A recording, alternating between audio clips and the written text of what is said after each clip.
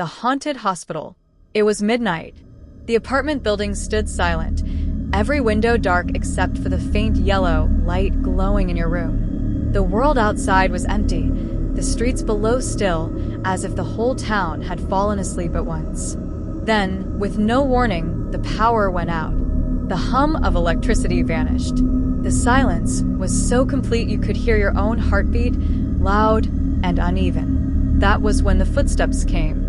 Tap, tap, tap. They echoed through the hallway, slow and steady, moving closer. But you knew the truth. You were the only one living in the building. Swallowing your fear, you opened the door. The corridor was empty, but on the floor lay an old iron key. Rust covered its surface, yet one word was carved clearly into it. Hospital. Something about the key pulled at you. Almost against your will, you slipped it into your pocket and stepped outside.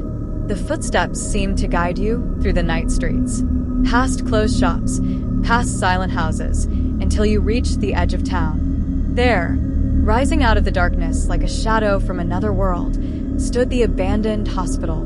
The front doors groaned as they opened. A freezing draft swept past you. Inside, the air was thick with dust and decay. Broken glass glittered on the floor. Wheelchairs sat overturned in the halls. Old posters curled on the walls, warning of diseases long forgotten. And then you heard it, a whisper. Why did you come here? Your flashlight flickered as you shone it into a nearby room. In the center, hanging from a hook, was a white hospital gown. No one was wearing it, yet it swayed as though someone invisible was standing inside it. Before you could move, the door behind you slammed shut. Your heart thundered. The whispers grew louder, overlapping, coming from every corridor. Leave this place. Don't wake us. But the key in your pocket burned with strange heat. You felt it urging you forward, deeper into the hospital.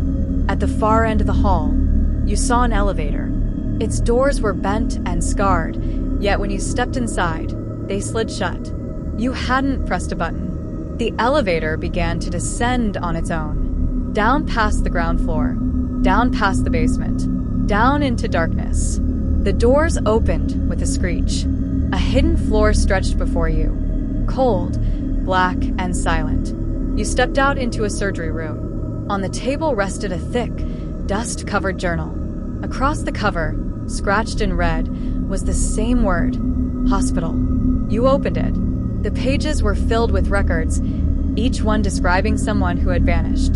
The townspeople, the nurses, the doctors. One by one, their names appeared, crossed out with violent strokes of ink. And then you turned to the final page. Your name was written there, not crossed out, waiting. The air behind you shifted. A breath, icy and damp, brushed against your neck. You turned slowly, dreading what you would see.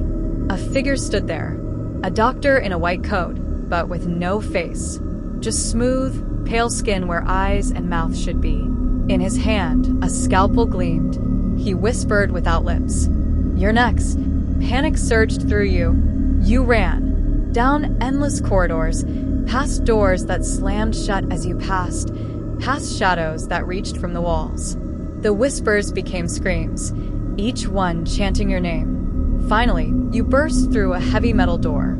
You stumbled into another hallway, but this one was different. The walls were clean. The lights were on. You were back in your own apartment building. For a moment, relief washed over you, until you noticed something. The elevator in front of you was open. Inside, the faceless doctor was waiting, scalpel in hand, unmoving. You blinked, and suddenly you were back in the hospital. The elevator doors closing, the whispers beginning again. You realized the truth. You never escaped.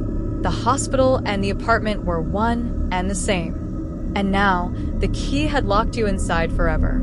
The last sound you heard was your own name, whispered in 1,000 voices before the lights went out.